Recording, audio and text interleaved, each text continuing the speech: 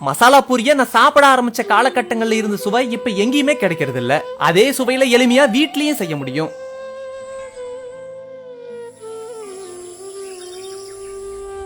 ரோட்டுக்கடை மசால் பூரி செய்யறதுக்கு பூரி ரொம்ப முக்கியம்.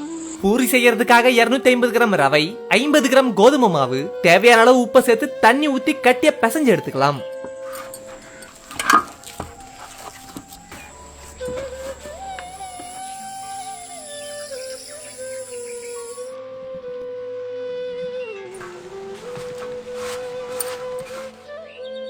அரை தேக்கரண்டி சீரகம், அரை தேக்கரண்டி சோம்பு, ஒரு சின்ன துண்டு பட்டை, 3 லவங்கம், ஒரு மராட்டி மொக்கு, ஒரு அன்னாசிப்பூ, ஒரு தேக்கரண்டி வரக்கொத்தமல்லி இதெல்லாத்தையும் நல்லா வறுத்து அரைக்கிறதுக்காக ஆற வச்சிருவோம்.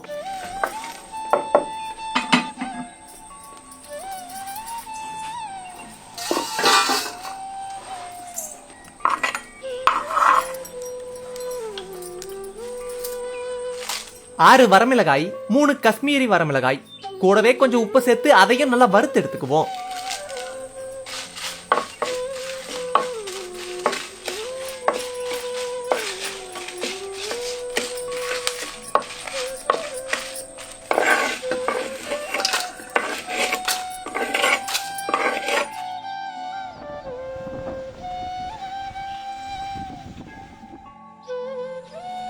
கட்டியா பிசைஞ்சு வச்சிருந்த மாவை அரை மணி நேரம் கழிச்சு வட்டமா தேய்ச்சு சின்ன சின்னதா வெட்டி எடுத்துக்குவோம்.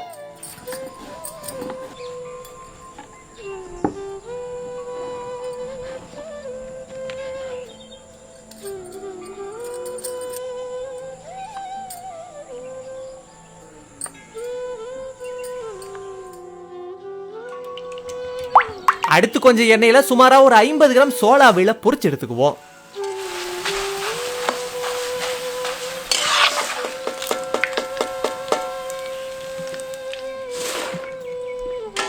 அப்படியே உருட்டி வச்சிருந்த பூரியவும் பொரிச்சு எடுத்துக்குவோம்.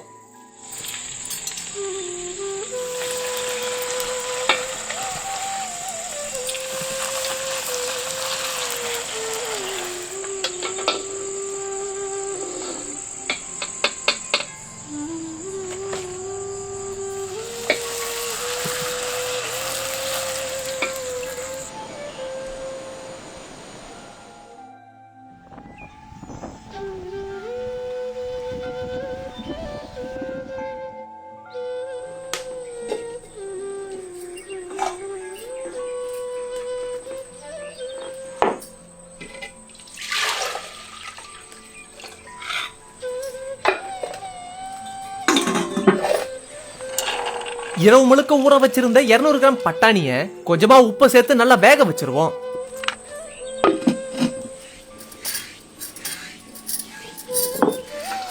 அடுத்து வறுத்து வச்சிருந்த மசாலாக்களையும் அப்படியே அம்மியில வச்சு அரைச்சு எடுத்துக்குவோம்.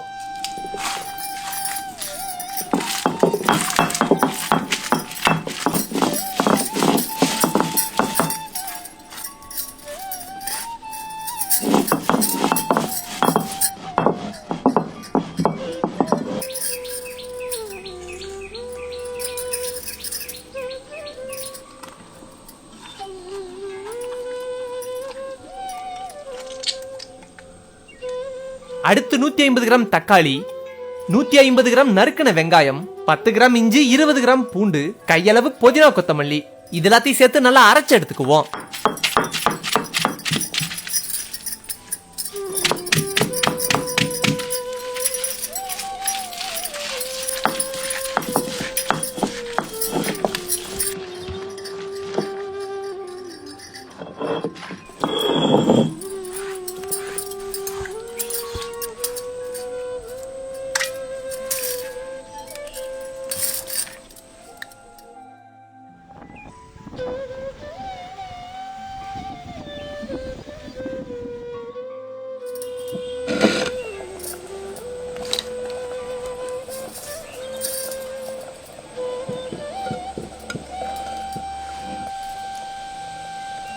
பட்டாணியும் இப்ப நல்லா வெந்துருச்சு.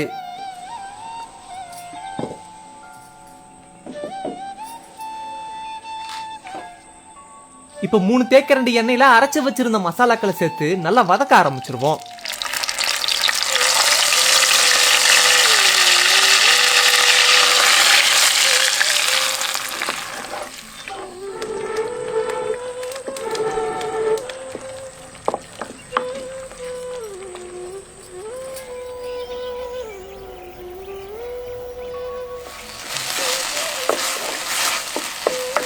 தண்ணி நல்லா சுண்டுன பிறகு அரை தேக்கரண்டி மஞ்சத்தூள், அரைச்சி வச்சிருந்த வரமிளகா மசாலாவையும் சேர்த்து நல்லா கிண்டி விட்டுட்டு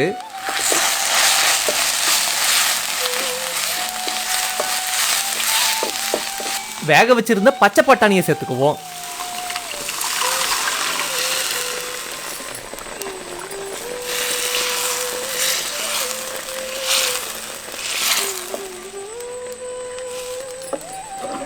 இந்த சமயத்துல உப்பு காரம் தேவைடா சரி பார்த்துட்டு சேர்த்துக்கலாம். இப்ப 2 தேக்கரண்டி கடலை மாவுல தண்ணி ஊத்தி கட்டி இல்லாம கரைச்சு கொதிக்கிற குழம்போட சேர்த்துக்குவோம்.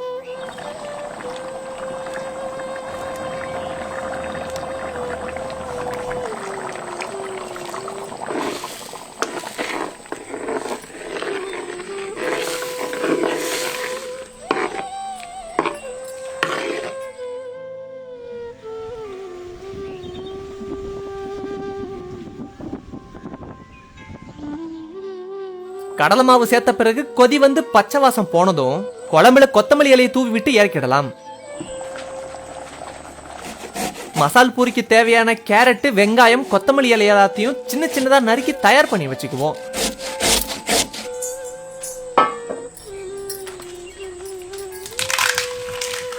மூணு பூரி கையளவு சோளத்தட்டை, கொஞ்சம் பொரி, தயார் பண்ணி வச்சிருந்த பட்டாணி மசாலாவை ஊத்தி நறுக்கி வச்சிருந்த வெங்காய கேரட்டை தூவி விட்டா மசாலா பூரி சாப்பிட தயாராயிடும்.